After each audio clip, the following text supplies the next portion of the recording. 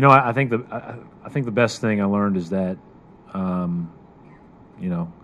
that this it's not fun to not win, but it doesn't define who you are or how you go about your business. And so one of the things that I'm probably most happy about with our team and is that they didn't change necessarily who they were. They didn't let the losing or the multiple losses affect them or their approach. And I hope that I was the same way. Season's over, guys. Let's do it. The Garden Report, the last episode. I'm not even going to say the score. I'll say the record. 25-57. This is the Garden Report on Celtics Blog and CLNS Radio for the last time.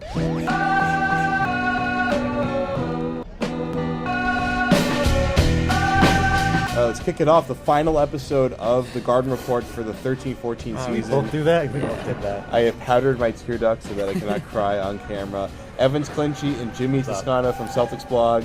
As usual, I'm Jared Weiss from CLNS Radio. It's usually Jared. I am usually Jared. And the Celtics usually lose, and that's what happened again tonight. Good segue. Ouch. And we're not even going to talk about it. It's a waste of a segue. Because what we're going to do is we're going to do 3 parts here. We're going to look back for part 1, look forward for part 2, and then box and ball for part 3. But it's going to be boxer and baller of the season. Ooh. Boxer of the season. I get it. Because it's the end of the season. Yeah, so we're gonna go punch for punch in part 3. But we'll start with part 1, pun time. Evans Clinchy. What's up? Did the season go exactly as you expected it to go? For the first month and a half, it did. I mean, all right, so my thing initially was I thought that the estimates for the Celtics win total were a bit low. People were saying 26, 28 games. I was like, nah, they can win 34, no problem. Crazy. And for the first month and a half, they were on pace to win 30-something games. They were a, almost 500 team into December. And, there was a lot of optimism around here. They were fighting for the 4th or 5th best record in the conference, if you remember back in December. There was talk of trading for Amara Sheik and getting even better. I mean, there was real optimism around Boston. And then right around New Year's, I can't really pinpoint what happened, but something happened because they just turned downhill and didn't turn back. Well, the crazy thing is Jordan Crawford got traded. That's the crazy... No, that's not the crazy thing at all. No. I'm with Evans. I'm with you. Yeah. Talk. What? No, I'm just with you. I feel like, except the only way I'm not with you is I was never as optimistic as you were as the mid-30s win. Did you say mid-30s? 34-ish, yeah. There was, when the season started, I said mid to low 20s wins. And then, like you said, when they started to win more, I was like, oh, well, wait a second here. If they get Ashik, then I tried to honestly convince myself that if they got Ashik, they might be able to make the playoffs, and I don't know, whatever happens. Start the rebuilding now. Basically. Yeah, I mean, there was talk of after Miami and Indiana, the third best team in the East is wide open, and the Celtics with Omer Sheik could have been that third best team, and now they're but then the Rockets self-imposed deadline passed. They didn't get a Sheik. Or Ashik. Is it Ashik? It's Ashik. And then it changes every year. Yeah, and then the trade deadline. He wasn't coming here at the deadline either, and then it was tank mode again, and it, honestly, from the start of the season, I'm not surprised at all based on the record now, 25 and what was it? 57. 57 math. But yeah, disappointing. No, because there was Rich Levine wrote a column today. It wasn't a disappointing year because there was no bar set for this team, so you really didn't have any expectations heading into the year. You wanted to see some improvement with some of the young guys, and I think we did. So yeah, that's nice. Thank you for reading my mind. Did we see the improvement that you would want to see out of Jared Sullinger, Kelly Olynyk, Phil Pressey, anyone else to care about? But I mean, those are the 3 most important ones. I think definitely. I think first and foremost, Jared Sullinger. I mean, that was a guy that was completely, we didn't know what to expect. He went through back surgery. Nobody was really up on his, conditioning in the offseason, his workouts. Came into camp a little overweight. I think he was probably a little overweight for most of the year. He still is, but it's okay. Yeah, still could afford to lose a few pounds. But production-wise, what we saw on the court from him, I think you had to be happy with what you saw. I think the Celtics are happy with what they saw. They got a guy that if you redid the draft over again, they would not be able to draft him. No, he is top 5. He's the top 5, exactly top 5. There's a lot of GMs kicking themselves, which is why I think that he could be trade bait. In the offseason, I think there's a lot of GMs that were interested in him, got cold feet on the draft, and now saying, well, if he's available, here's my chance to maybe make up for, missing out on a guy like that, depending on what the price is in return. But he was my guy that I was most impressed with. These young guys, Kelly Olynyk. I'll let you talk about Kelly Olynyk. I mean, Olynyk improved a lot over the last couple of months. I mean, there was a time earlier this season where we're just what's he doing out there? He can't guard anybody. He's afraid to shoot. Where does he add value to this team anywhere offensively or defensively? he's grown from there. I mean, he's willing to take his own shot from outside, from inside. Like he can help in a lot of different ways, and I think he's shown the willingness to improve over the course of the season. And I think that's only going to mean good things going into next year. I have a lot of reason for optimism about Olynyk. Post ankle injury, I thought he came out really strong. I mean, if you look at the last few games of this season, I mean, you want a rookie, you expect him to come in his rookie year a little timid, scared to shoot, scared to miss, passing up the ball. But he didn't really have a choice. So many guys were injured towards the end of the season here, but he took initiative out there, he took shots, he wasn't scared, and he filled up the stat sheet. He did. And that was the big thing, was early in the season he was kind of getting stopped at the rim, and he just gave up. Really just gave up at trying to be an effective player down there. It was just spotting up from the perimeter or trying to get offensive rebounds and putbacks. But after he came back from that ankle injury, after the trade deadline, he just decided, you know what, I got to drive at the hoop if I'm going to make it in the NBA. Like Ryan Anderson, who's like the example you compare him to, is a great shooting big man. He still mixes it up down low. He'll still drive the lane. He'll still. Kelly was doing the offensive rebounding thing, but there's got to be more to your game than that.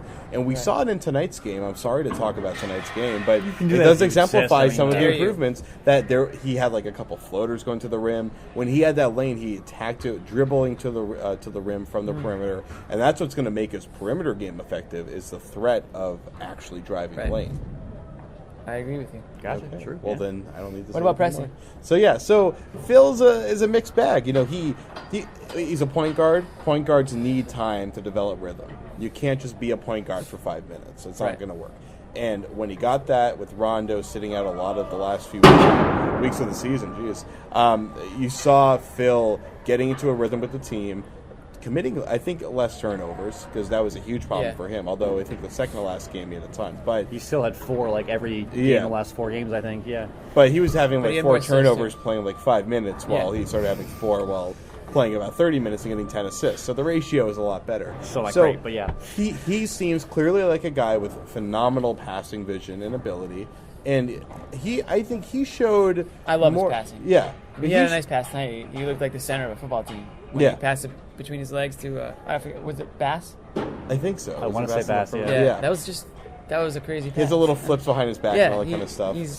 But the thing that actually has practical implications on the NBA is he's shown an ability to drive and kind of bounce through the lane, kind of Chris Paul, Rajon Rondo style, that is very rare for a rookie point guard to do. We remember when Rondo was a rookie, and even in his second year, he would kind of dribble the ball, get a pick, and then run as fast as he could at the hoop.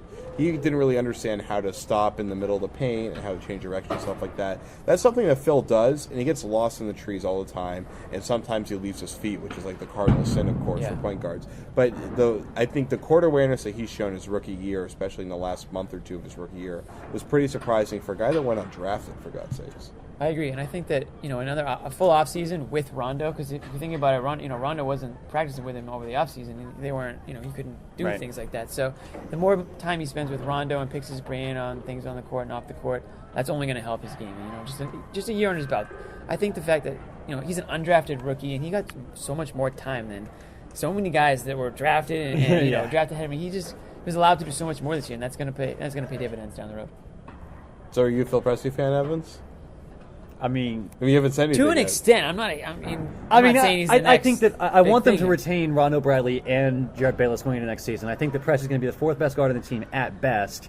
If they draft anybody in the first round, he's the 5th best. So I don't think Presti has a terribly promising future, over the next couple of years in Boston. He's like a third. But he is what he is, and he performed his role pretty decently this season. I don't think he's going to have a long career in the league by any means, but he did his job, and you can't be unhappy with that. I look for him to be kind of like an Earl Watson, a solid backup guy that sticks around for 10 to 12 years. Yeah, Earl Watson has an offensive game besides. And he became a shooter. And Presti shows potential to do that, and he's got great athleticism. I think he does. No, he absolutely. I think his athleticism, his in what way does Phil Presti score on a basketball court? His first year he's been pretty bad, but he shows me potential to be a 7-point-a-game scorer and a 4 assists a night kind of guy. Yeah, if nobody puts a hand up in his face ever, then maybe. And you know what? He might just be fast enough to pull it off. He's 4'9". I mean, I don't know. On a good day, he's 4'9". On a good day. Hey. All right. Well, let's wrap this up by talking about the most important player here, Rajon Rondo. Yeah. Got a minute and a half left. He makes his comeback in the middle of the season, and he was really rusty for a while, and then before you knew it, he was averaging like 11 assists a game, kind of back to his old numbers. He doesn't look like his old self, though. And I mean, a lot of that is that the team doesn't look nearly anything like the team he used to play for. But Evan, how far along do you think Rondo got? Did he get to the point where you expected him to be by the end of the season? Yeah, I think he's along. I mean, he's not going to look as awesome as he did in his prime years with Garnett and Pierce, because he doesn't have guys like that in his arsenal anymore. But Right. I think he's got all of the physical skills that he ever had, and he's doing the best that he can do with the talent around him.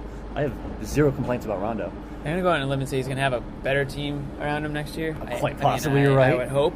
And also just an off, like I said, a full off season to do what he wants to do, to work on his, not only his conditioning, but just like the little things, like his explosiveness. First of all, I mean that's the biggest thing that we notice out there on the court where he's kind of lost it. So I think it's just going to take time with those injuries. The biggest thing is that he didn't re-injure anything. Any knee injuries. It's not Derrick Rose. Exactly. Kobe Bryant. So that's my takeaway. All right. Well, part 2 of the Garden Report coming up. We're going to look forward now. Stay tuned. Just let that playlist roll. We'll be right back. Garden Report, Celtics blog, CLNS Radio. All right, so we're here with Chris Babb, who is wrapping up his first season with the Celtics. You come on late, and then you made a pretty quick adjustment right into the NBA season. I mean, what was that like for you? I mean, it was a great experience. I think I put myself in a very good position, and I had a great opportunity. I've had a chance to guard some of the best players in the NBA, and I think I've made a good use of my time. Yeah, what was that like? You get to you go in there and you're guarding like guys that you've been watching for years. It's one thing to be playing on the same court as them, but then actually competing against them. Yeah, man. I mean, that's what I worked for. I'm such a competitor. I mean, I wanted that challenge, and for my first experience to be guarding a guy like Paul George, All-Star, that was, I couldn't ask for a better situation. Paul Pierce, Joe Johnson, guys like that, just, I couldn't ask to be in a better position. So it was definitely a great experience. And you look forward to guarding guys like that? Yeah, for sure, no question. So is the challenge something that you wanted to step up to as soon as you got into the league? Yeah, I mean that's what I'm hoping for. I've been known as a defender, throughout college, and when I was in the D League, and the only way to prove that is to go against the best, and that was my shot. So do you think you defended the way you wanted to in the first half of the season? Yeah, I mean I didn't get a great chance to, not more than 1 or 2 possessions at a time, but I definitely think with the time that I did have, I did a good job. And then your shooting is obviously a key part of your game, and you didn't get to take a ton of shots. I mean that'll come. I mean, I'm a shooter. I make shots. I think that'll just come with more experience, getting more comfortable. I feel myself getting more comfortable now with the more minutes I've played, and just a better game flow that I've gotten into. So you got the summer league. I mean, it's a little whiles away right now, but it's the next competition you get to compete in. Do you look at that as your chance to really just dominate and establish yourself as a key rotation guy for this team? Yeah. I mean, I'm gonna continue to play in my role and just really just perfect the craft, and just like I said, just continue to get better and do what I do, and figure out exactly what they want me to do and exactly my role, and just try and perfect that. So what do you think is like the next evolution of your game? I don't know that far yet. We'll see. You gotta be working on something. We'll see what they have to say. Yeah. All right, well, thanks, man.